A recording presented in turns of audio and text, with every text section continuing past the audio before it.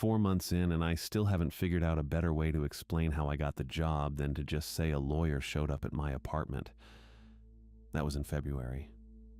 I'd been out of work since November. Not fired.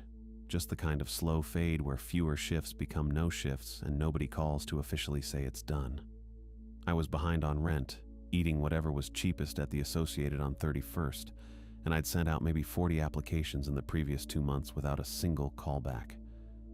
So when someone knocked on my door on a Tuesday afternoon, I thought it was my landlord. It wasn't my landlord.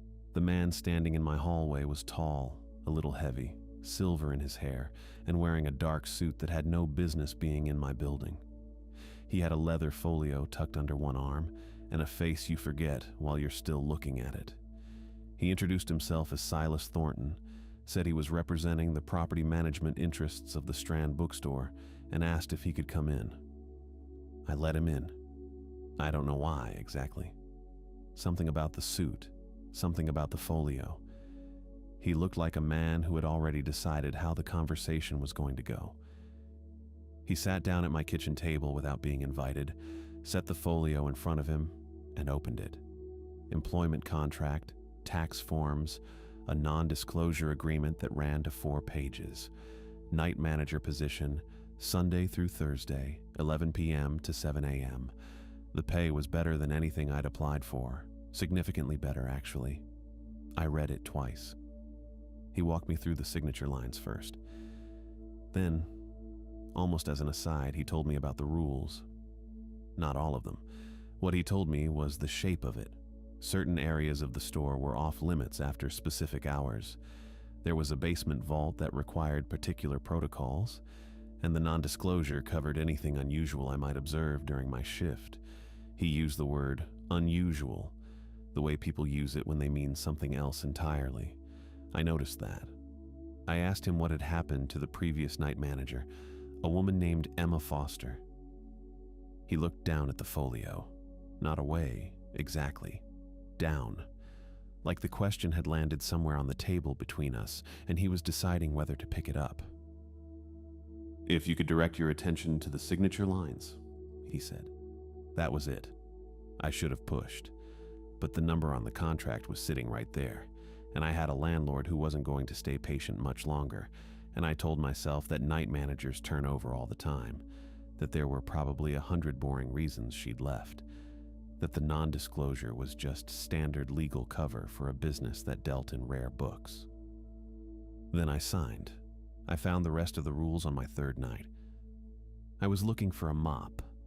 There's a utility sink near the back of the ground floor, and I'd already found the cleaning supplies, but I hadn't checked the supply closet yet. It's set into the wall behind the biography section. Easy to miss if you don't know it's there. I pulled the door open, reached for the light string, and that's when I saw them. Red marker. Inside of the door, top to bottom, written in tight, even lines like someone had been careful about space. I stood in the doorway and read them straight through without moving. The intercom, there's a panel mounted near the front register, old building intercom system, is never answered after midnight. Not ever. Not for any reason. That was the whole rule. No explanation attached. After 2 in the morning, I stay on the ground floor, specifically between the biography section and the front register. The note about why was the longest one on the door. The staircase adds steps that weren't there during the day, and the 3rd floor has stopped corresponding to any recognizable geometry since sometime around October. That's the exact phrasing she used. Stopped corresponding. The last rule was about the basement. There's a door behind the restored Victorian circulation desk. The big dark wood one near the center of the ground floor, the one that looks like it belongs in a different century, which I guess it does. That door opens to a staircase down to the rare books vault. The rule was simple. I never let anyone follow me in.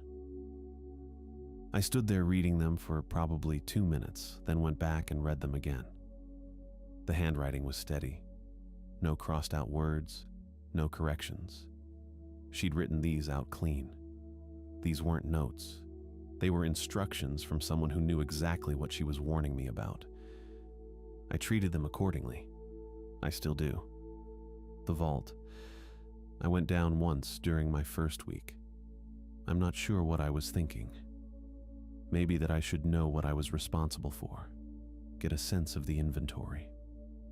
The door behind the circulation desk opens onto a narrow staircase, stone walls, a single bulb on a pull chain at the bottom. The vault itself is a long room with climate-controlled cases along both walls, old books behind glass, the smell of paper, and something underneath the paper that I don't have a word for. I was down there for what felt like 20 minutes. I walked the cases, looked at the spines, came back upstairs. The clock above the front register said 4 hours had passed. I checked my phone. Same. I'd gone down a little after 1 in the morning and it was now past 5. I stood at the register for a while, not doing anything. I didn't go back down. I haven't been back down. Sometime before the first month was out, I stopped trying to build a coherent explanation for any of it. The steps on the staircase that I'd counted twice, different numbers both times. The intercom that rang at 12:47 one night with a sound that wasn't quite a voice. The third floor, which I'd been up to exactly once in daylight and never again after dark, because the rule said so and because I'd stood at the bottom of that staircase at 2:15 one morning and counted 14 steps going up when there had been 11 that afternoon. What I do instead is stand at the front register between 2 and 7, under the small lamp that Foster left behind. It's a little brass thing, warm light, sits right at the edge of the counter. And I watch the store and I follow the rules she wrote down for me. She didn't have to do that. She could have walked out and said nothing and let the next person figure it out the same hard way she apparently did. But she wrote it in red marker on the inside of a supply closet door, and she wrote it like she'd tested every word of it. And I stand here every night under her lamp knowing her rules are the reason I'm still here to read them. The second floor shelves started moving sometime around the end of my second month. Not dramatically. Nothing fell, nothing crashed. I'd go upstairs to do a walkthrough and the travel section would be where philosophy had been, or the poetry would be packed into the far corner where there hadn't been shelving at all the night before. First time it happened, I stood at the top of the stairs for a long moment just looking at it. Then I went back down, found the fire alarm test panel behind the information kiosk, and hit the monthly test cycle. The alarm runs for 45 seconds. By the time it cuts out, the shelves are back where they belong. I don't know why that works. I stopped caring why it works around week 3 of using it. The language thing is different, and it took me longer to get a handle on. The section markers, those little printed cards that sit in the shelf brackets and say history or science or whatever. A few of them in the back wing started showing other text, not English. Not any language I recognized, and I looked some of it up early on, which was a mistake because none of it matched anything with a Wikipedia page or a translation service entry. The characters weren't quite characters, if that makes sense. They looked like writing the way a dream looks like somewhere you know. I started killing the lights in whatever wing it was happening in, and if anyone was nearby, I'd tell them there was an electrical fault. We were working on it, sorry for the inconvenience. Nobody ever pushed back. People accept electrical fault the same way they accept we're experiencing technical difficulties. I watch for the signs and respond before anyone else has time to notice, and most nights I can get through a full shift without anyone seeing anything they'll think about later. The rules didn't cover the fact that I can't leave. I found that out about 6 weeks in. I'd been on shift, everything quiet, and around 5 in the morning I decided I wanted to stand outside for a few minutes. Just to be outside. Just to feel the air. I walked to the front door, pushed it open, and stepped toward the threshold. The street wasn't there. The street was there. But it kept not being where I was walking toward it. I'd take a step and the door would be behind me and I'd be facing the register. I didn't remember turning around. I tried it again. Same thing. I stood in the entryway for a while, watching the door, watching Broadway through the glass, and then I walked toward it again with my full attention fixed on the threshold, watching my feet, watching the door, watching. The register, the lamp, the store behind me. I tried it maybe a dozen times over the following 2 weeks. Different times of night, different doors. There's a side entrance off the alley that the receiving staff uses during the day. That one does the same thing. I'd be moving toward it, then I wouldn't be. I tried slow, I tried fast, I tried propping the front door open and walking at it from 20 feet away.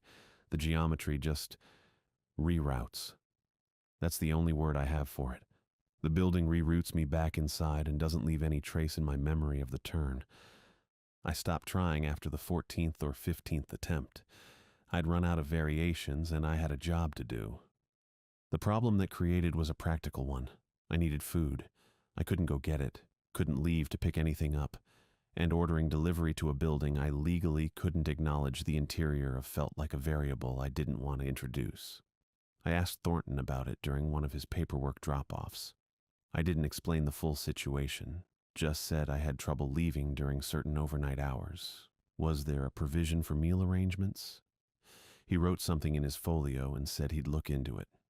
2 days later, I had a name and a number written on a slip of paper in the same folio. No explanation. The name was Landon Jenkins. The number was a cell. I called him. He picked up on the third ring and I explained what I needed.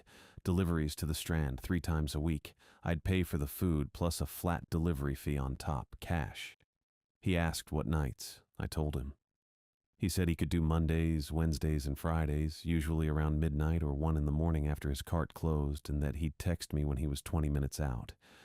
I said that worked. He's been doing it for about 2 months now. He shows up, texts ahead. I meet him in the entryway. He hands the bag through the door. I pay him. We talk for maybe 3 minutes, usually nothing. Whether the cart had a good night. Sometimes he mentions his brother. He doesn't ask why I don't come outside to meet him at the curb. He doesn't ask why I'm always at the door at midnight instead of one of the daytime staff. He understands that some arrangements don't need explaining, and I've come to rely on that more than I expected to. The building doesn't do anything when Landon comes. The shelves stay still. The section markers stay in English. He runs a coffee cart outside the Barnes and Noble on 72nd Street, which means he knows this neighborhood, knows the book trade in that peripheral way that people who work near something develop without working in it. He's got a good memory for orders, and he's never been late without texting ahead to say so. Reliable is the word, and reliability is not something I take for granted anymore. 3 times a week, around midnight, my phone buzzes with a text that says he's on his way. I put the register on the 2-minute hold setting, walk to the front door, and wait. He comes up Broadway with the bag, hands it over, takes the cash, and that's the extent of it. I've been doing it long enough that it feels like part of the job, like the alarm test and the lights and the step counts on the staircase. Landon is the one person whose knock I'm always glad to hear. My phone buzzed at 12:49. Not the text I was expecting. Not the usual 20 minutes out, see you soon, that I'd gotten used to reading without really reading it. Just, running late, sorry. That was it. No ETA. I put the phone face down on the register and did the walkthrough I'd been putting off. Checked the back wings. Section markers all in English. Went upstairs, 11 steps, which was fine, which meant I could go, and walked the 2nd floor. Shelves were where they were supposed to be. I came back down and stood at the register under the lamp and waited, the way I'd gotten good at waiting. Landon's texts are precise. He doesn't send running late without a reason. He sends the time he'll arrive, or he sends nothing, and when he does send nothing, it means he's already on his way and forgot.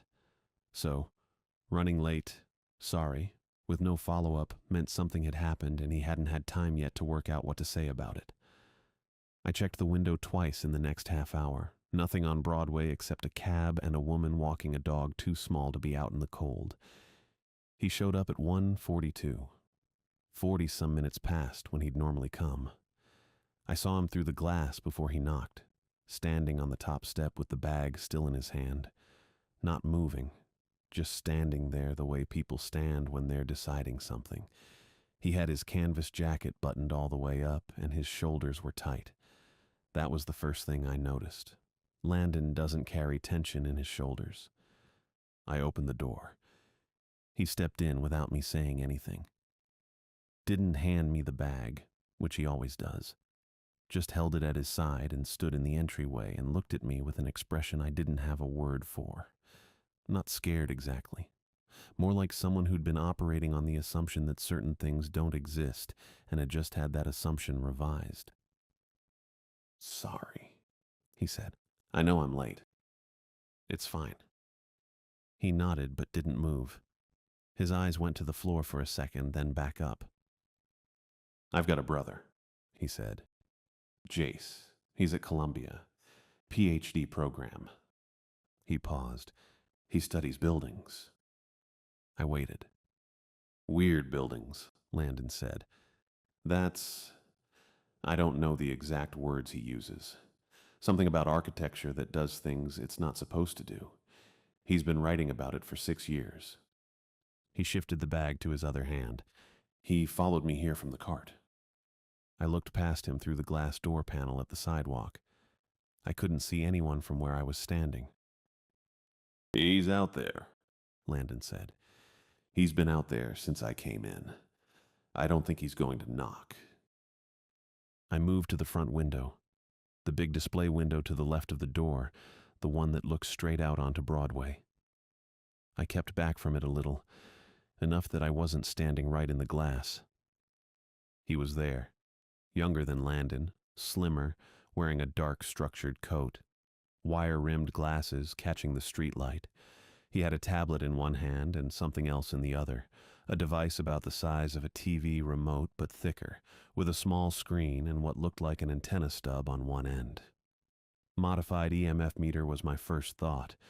He was moving along the exterior wall in a pattern, not pacing, not wandering, a grid. He'd take 3 or 4 steps, stop, hold the device level, note something on the tablet, take 3 or 4 more steps.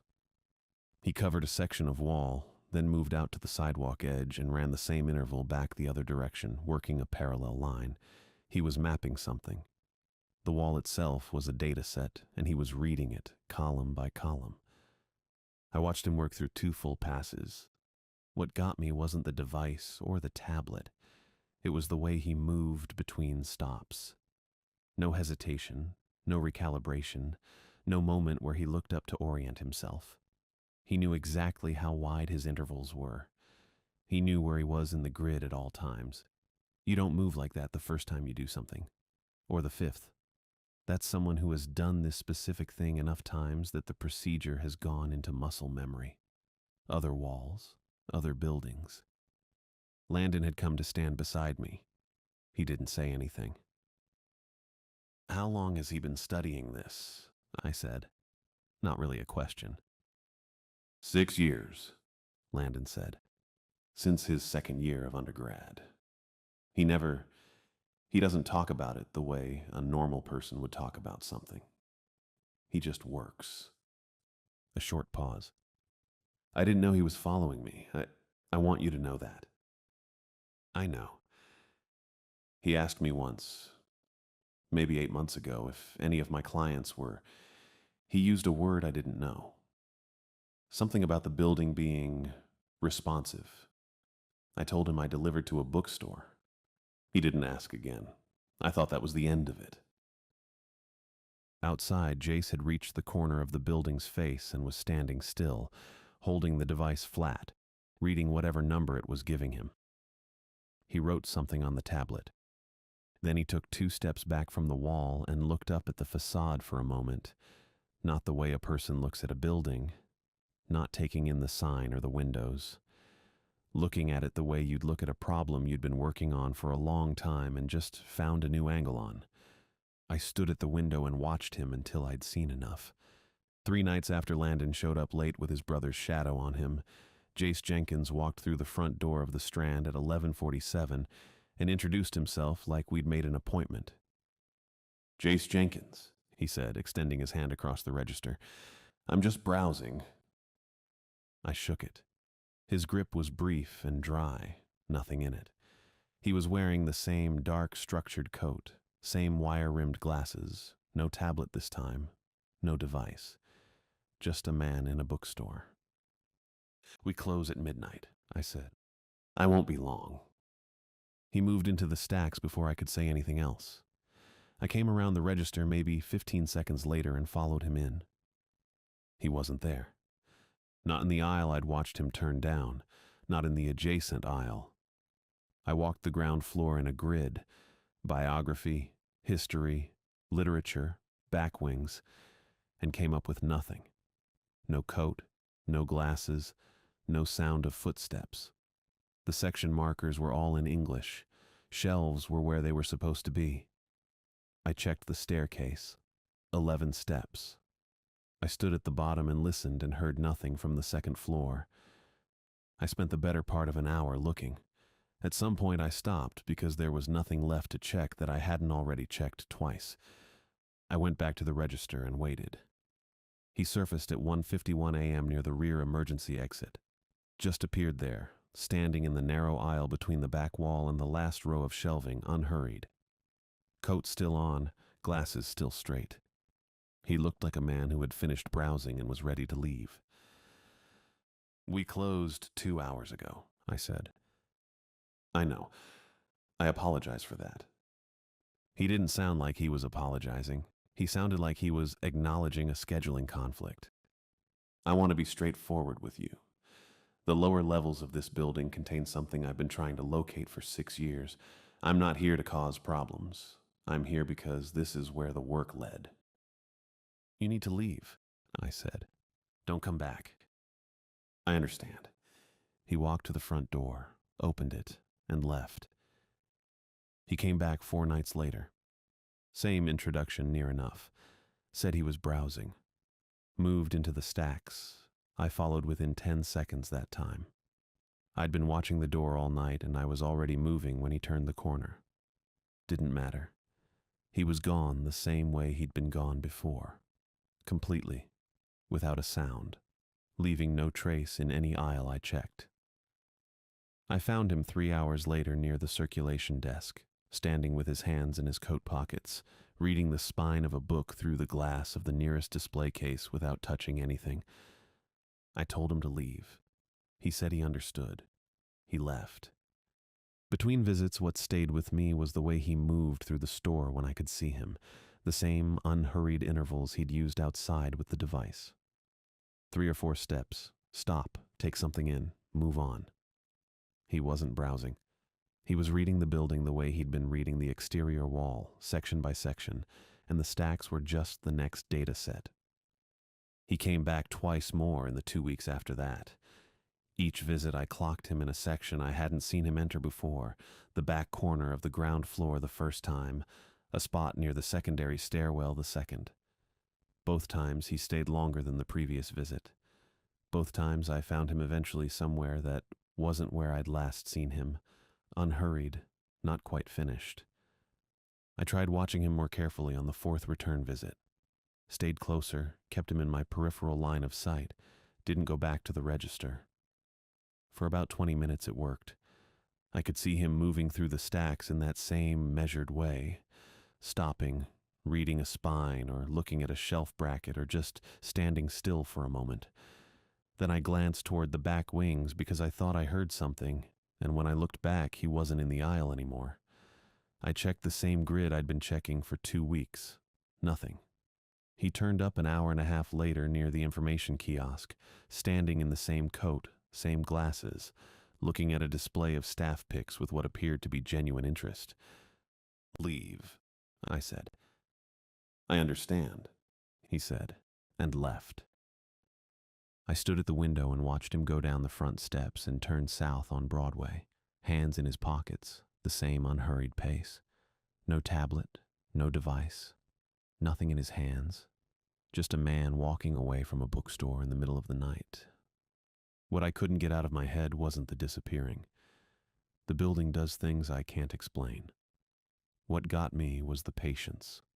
Not anxious patience, not someone holding themselves still against their own urgency. The other kind. He'd been working toward this building for 6 years, and he moved through it like someone who understood that the last few steps of a long walk are still just steps. He wasn't waiting for an opportunity. He already knew the opportunity was coming. Tuesday was a delivery night. Landon had texted at 12:40, the usual 20-minute heads up, and I had the register on hold and was already near the door when I heard him on the steps. I reached for the handle. Jace came in first, not Landon. Jace in the dark coat and the wire rims, stepping through the door with the particular ease of someone who has been waiting for a specific Tuesday for a long time. And then the woman right behind him. Tall, dark blazer, wool coat, a lanyard still around her neck from something. I recognized the lanyard before I recognized why. The store had a flyer in the window for 3 weeks running. A Columbia Symposium on Urban Structural History, February dates, the department's logo in the corner. The lanyard matched the logo. I had looked at that flyer every night without thinking about it. And then the man behind her. I knew what he was before he showed me anything. It was the way he came through the door. Not cautious, not tense, just settled, like a piece of furniture that had been placed with care.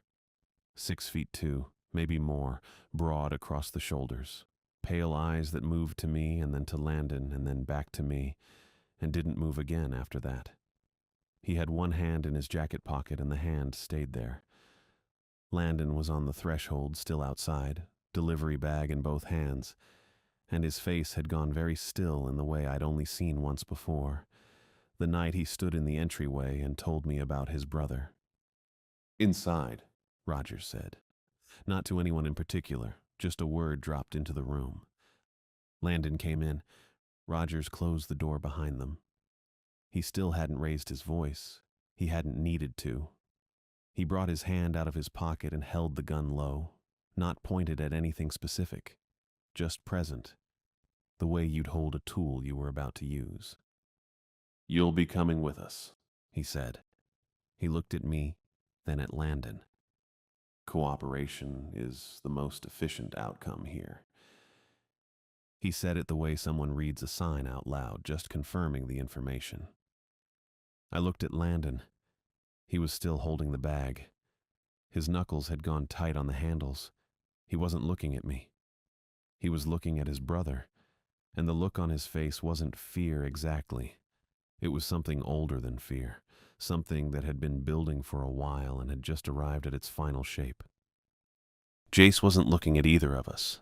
He was already moving toward the circulation desk. Rogers was standing between us and the door. Jace had the vault door in his sights and 4 return visits worth of knowledge about where it was. The woman, Thelma, I'd learn the name later, was watching me with the focused attention of someone running a checklist, not someone afraid. Jace went behind the circulation desk. The door was there, set into the wall, the one I'd opened exactly once in 4 months. He opened it like he'd opened it before, or like he'd imagined opening it enough times that the motion was already worn smooth. The staircase was narrow. Stone walls, single pull-chain bulb at the bottom, the same as I remembered. Jace went first. Thelma followed. Rogers looked at me. I went. Landon came behind me, and Rogers came last. The bag made a soft sound against the wall on the way down. The first chamber was where I'd stopped 4 months ago. I knew the dimensions of it by memory. The long room, the glass cases, the smell of paper and whatever was underneath the paper. I had stood in this room and lost 4 hours. Standing in it again, I kept my eyes on Jace and didn't look at the cases. Jace didn't stop. There was a doorway at the far end of the room, set into the stone. No door in the frame, just an opening. I hadn't seen it 4 months ago, or hadn't registered it, or it hadn't been there. Jace walked through it without slowing. The second room was narrower. The shelves here were different. Older wood, rough cut, loaded with materials that had no labels I could read. I passed close to one of the shelves and felt the warmth coming off the spines before I consciously understood what I was feeling. Not the warmth of a room, not ambient heat. The books themselves. I pulled my hand back before I touched one. The air was colder past the second doorway. Not cold the way a basement gets cold. Cold the way the air changes when something large is drawing heat out of it. My breath didn't show. The light was wrong for that. But I could feel it leaving me in a way that had nothing to do with temperature. There were no fixtures I could identify. No bulbs, no panels, no strips along the ceiling. The light was just there, filling the space from no particular direction. The color of old paper or old teeth. A yellowish, not quite white, that made everything look slightly older than it was. It had no source. It had no shadow. It made the walls look very far away and very close at the same time. The third room held more shelves. Thelma stopped at one and said something to Jace in a low voice. Consistent with the eastern wall readings was the part I caught, and Jace nodded once without stopping. He was moving the way he moved through the stacks upstairs. 3 steps, stop, take something in. 3 steps, stop. But down here the intervals were shorter. He was getting warmer. I could tell by the way his pace changed. Landon hadn't said anything since we came through the vault door. He was right behind me, and I could hear his breathing, which was steady, which told me he was working to keep it that way. The 4th doorway was lower than the others. Jace ducked through it without breaking stride. We followed him into the 4th room. The 4th room was smaller than the others. That was the first thing I noticed, before my eyes adjusted, before I saw the desk, just the ceiling dropping and the walls coming in. Then the desk, then the nameplate. Brass, mounted on a small rectangular stand. Raven Wilson, head of rare acquisitions. The lettering was clean, not worn, not faded, just original. She was sitting behind it. Small woman, slight, white hair pinned back in a way that belonged to a different decade. Dark wool skirt, collared blouse, cardigan. Her hands were folded on the desk surface in front of her. Very still. She looked up when we came through the doorway. Her eyes were completely white. Not clouded, not filmed over. White, uniform. The color replaced with something else entirely. No iris, no pupil. Just white. I registered 2 things at the same time. Her eyes, and the absolute certainty that she had been expecting us. Not tonight specifically. All of it. The group. The order we came through the door. Which one of us was which. She already knew. Jace stepped forward. "We've brought what you requested," he said. His voice was steady. He didn't look at me or Landon when he said it. He gestured toward Landon, a small, definitive motion. Raven Wilson stood. And then something happened that I don't have a clean way to describe. There were no words. There was no sound. But something moved through the room the way pressure moves. Not air, not temperature. Something behind my eyes, pressing in from all sides at once, and in that pressure was information, not language. Understanding arriving fully assembled. She had been here since 1962. 62 years in this room, in this chair, with this collection surrounding her on all sides. She had cataloged every item in the dark, by touch and by method. The collection had taken her sight the night she tried to remove a volume without authorization. The first night, early in her tenure, before she understood what the collection was. She had reached for something she wasn't supposed to reach for, and the collection had answered. After that, she had made an arrangement. Something had promised her restoration. New eyes, that was the specific term that arrived in the pressure. Not her eyes back, but new ones. In exchange for what she already had, which was access. The collection, the room, herself, as a fixed point in it. She had been transmitting into the building's electromagnetic field ever since. Patient signals, methodical, waiting for the right instruments. Jace had the right instruments. 6 years ago, Jace had picked up something he couldn't explain, and had spent every year since building an academic framework around the signal instead of ignoring it the way most people would have. When he got close enough to understand what was being asked for, he had decided that Landon was an acceptable cost. Acceptable cost. I don't know if it was her word or mine. It arrived in the pressure the same as everything else. He had weighed it and decided, and then gone about the work of arranging it. Landon was standing 2 feet to my left. I didn't look at him. I looked at Jace. Jace had the EMF device in his right coat pocket, the thick remote shape with the antenna stub. I'd watched him take it out and put it back enough times to know exactly where he kept it. I reached into his pocket and took it. He startled. Not much, just a small contraction of the shoulder. I was already turning.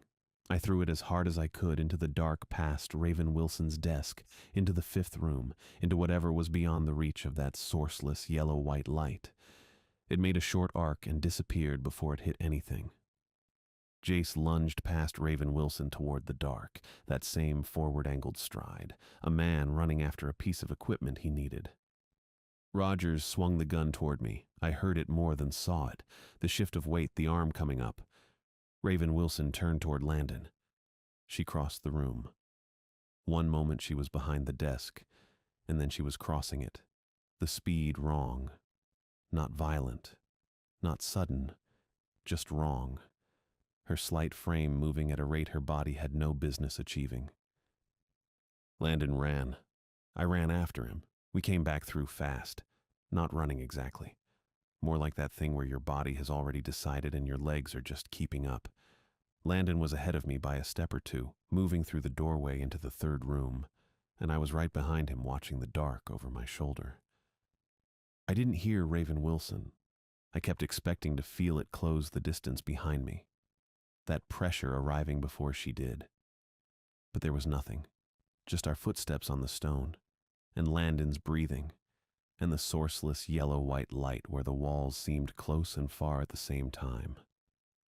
I heard Thelma somewhere in the 3rd room, a voice first, one word or maybe 2, I couldn't make it out, and then footsteps that sounded like she was moving parallel to us, not behind us, moving sideways through the space rather than toward the exit.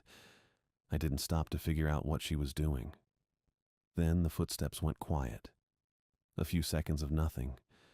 Then a sound I didn't have a clean category for. Soft, wet. The way a page turns when the paper is thick and slightly damp. A single turn, and then silence where Thelma had been. I kept moving. Landon had already crossed into the 2nd room. I followed him through, and the warmth from the shelves was still there, that heat radiating out of the book spines without any rational source, and I pulled my arms in slightly even though I wasn't touching anything. The light was the same wrong color it had been on the way in. Nothing had moved. The shelves were exactly where they'd been. The first chamber was the long one with the glass cases. I didn't look at the cases, eyes forward, on Landon, on the far end of the room where the stone staircase started. The smell was still there, paper and something underneath the paper, and the air had the quality of a space sealed and resealed so many times that the atmosphere inside had become its own thing. Landon hit the stairs first. I heard his footsteps change pitch as he went up. I followed him up and through the vault door, and then we were on the ground floor, back behind the circulation desk and the ordinary light of the store, the ambient overnight light, the small brass lamp on the register, the familiar grid of the shelves, hit me in a way I wasn't expecting. Not relief, exactly. More like stepping off a boat and having the ground feel wrong because you'd adjusted to the movement. Landon didn't slow down. He went straight across the floor, past the register, past the display window, and hit the front door at something close to full speed. The door swung open. Cold air came in. He was through it, and down the steps, and onto Broadway, before I'd taken 4 steps after him. I reached the threshold and stopped. The cold was right there. February air, that specific New York cold that has weight to it, that gets in under your collar and sits there. I could smell it. Exhaust and concrete and something vaguely metallic that Manhattan always has at 2 in the morning. A yellow cab went past, heading uptown. Somewhere a block north, a bus made that hydraulic exhale when it stopped. All of it was right there, on the other side of the door frame, as present and ordinary as anything I'd ever stood next to. Landon was already halfway down the block, running hard, his canvas jacket moving with him. I watched him hit his stride, that broad-shouldered head-down sprint, and I tracked him south along Broadway. He didn't look back. I wasn't expecting him to. The street took him the way streets take people. A person running at 2 in the morning in New York registers as nothing. By the time he reached the 18th Street subway entrance, the city had already made him part of itself. He went down the stairs and he was gone. I stood there for a while. I don't know exactly how long.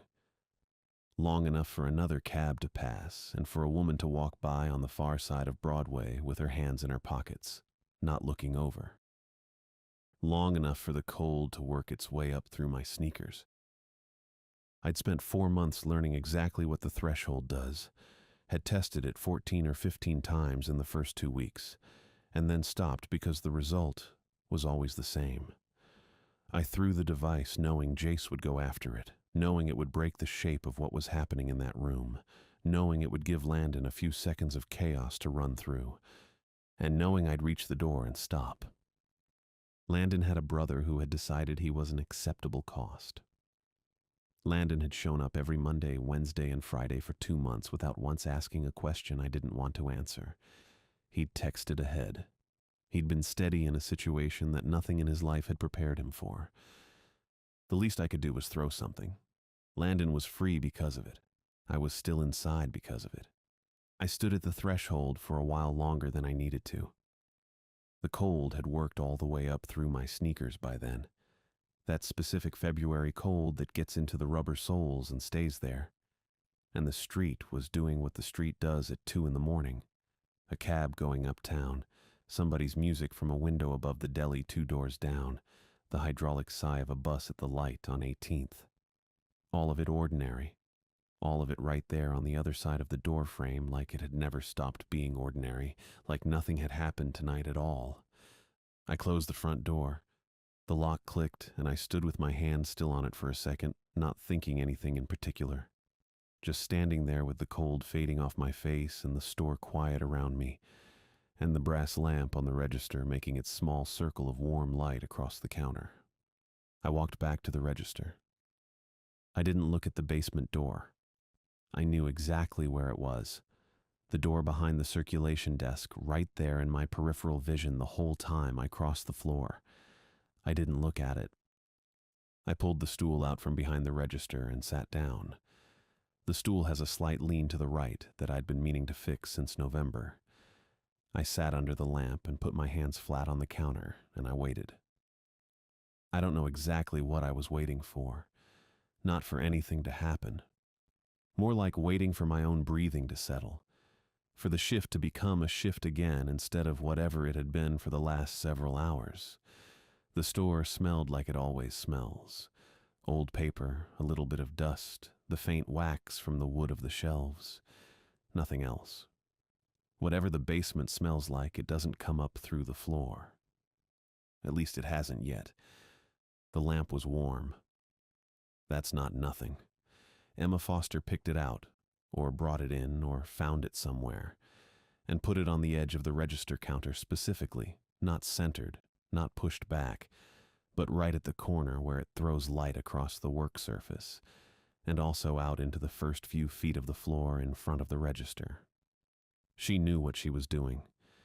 She'd stood in this exact spot and figured out where the light needed to be, and she'd put it there, and then she'd left, and I'd been standing under it for 4 months without ever once asking what that cost her. I thought about that for a while. Around 3 in the morning, I got up and did a walkthrough. Back wings first, section markers all in English, shelves where they were supposed to be. I went up the staircase, 11 steps. The second floor was quiet, the sections in their right places, nothing rearranged. I came back down and checked the intercom panel by the register out of habit, the way you check a door you know is locked. It was dark. I went back to the stool. Landon wasn't coming back. I knew that. I'd known it standing in the doorway watching him hit the 18th Street entrance and go down the stairs. Knew it the same way I'd known what the threshold would do when I threw Jace's device. Not hope. Not guessing. Just knowing. Landon had shown up 3 times a week for 2 months and done exactly what he said he would do, and his brother had decided that was worth nothing, that Landon was a number in a calculation that came out acceptable. So I'd done the math the other way. I'd thrown the device, I'd broken whatever shape the room was holding, and I'd watched Landon run. He was free, and he had every reason to stay free, and I didn't blame him for a single second of it. What I couldn't put down was the nameplate. Raven Wilson, head of rare acquisitions. The lettering original, not worn, sitting on that desk like she'd had it made last week. 62 years in that room, and the nameplate still said her title like she still held it, like the job description still applied. Maybe it did. Maybe that was the most accurate thing in the whole building. The one label that hadn't drifted into something else, that still said exactly what it meant. She was the head of rare acquisitions. She'd acquired something tonight. She was down there now doing whatever you do when you've been waiting 62 years to see the thing you've been tending in the dark. I didn't want to think about what that looked like. So I stopped. The building was quiet. Whatever was moving through the lower floors moved quietly, the way it always had. No sounds coming up through the floorboards, no vibrations in the wood of the counter under my hands. Whatever she was doing down there, she was doing it without needing anything from me. She had what she waited for. She didn't need the device, didn't need Jace, didn't need Landon, didn't need anything from anyone on the ground floor. I decided it was reassuring, because I needed to get through until morning. The quality of the dark outside the display window changed first. Not lighter exactly, just less absolute, the gray of New York, before the sky decides what it's going to do. A delivery truck went past heading downtown. Someone's sneakers on the sidewalk outside, a fast walk, somebody late for something. By 6:30, the street was fully itself again, the ordinary morning rush starting to build, and I was still on the stool under the lamp with my hands on the counter, and nothing had happened. Thornton would come Friday. He'd have his folio and his dark suit and his redirected answers, and he'd lay whatever paperwork this situation required out on the counter in the same order he always did, and I'd sign where he told me to sign. Whatever language the NDA uses for a woman with white eyes has been living in your basement for 62 years, and now she can see again. I'd sign it. Not because I had a choice, but because I didn't. And because signing it was the shape of the job, and I'd understood the shape of the job since the third night when I found the rules on the inside of the supply closet door. I thought about Emma. I thought about her standing where I was standing, writing those rules out in red marker on the inside of a closet door she knew I'd eventually open. Not if, when, writing them as finished facts, because that was how she thought, or how the job had made her think. She could have walked out and left nothing. She left the lamp too. Both of those things were deliberate. The same way throwing the device was deliberate. The same way Landon running was deliberate. You make the choice you can make, and you leave what you can leave for whoever comes after. I turned the lamp off at 7 when the day staff started coming in, the same way I did every morning. The first one through the door was the morning supervisor, a woman named Carla, who always came in with coffee and never once asked why I looked like I hadn't slept. I gave her the register rundown, the same 4 items I always covered. She nodded and took her position, and I got my jacket from the hook by the back office. I went to the break room. I sat down at the small table and I ate the last of what Landon had brought Wednesday. Cold now, but fine. I sat there until my hands stopped having that slight tremor they'd had since somewhere in the second basement room. Then I went to the cot in the back corner, the one I'd set up in the second week when I understood the situation, and I lay down. I closed my eyes. Below me, somewhere past the vault door and the stone staircase and the glass cases and the warm shelves and the wrong-colored light, something was moving through a collection it had tended for 62 years, learning it again, seeing it for the first time. I pulled the blanket up and I let that be someone else's problem until Friday.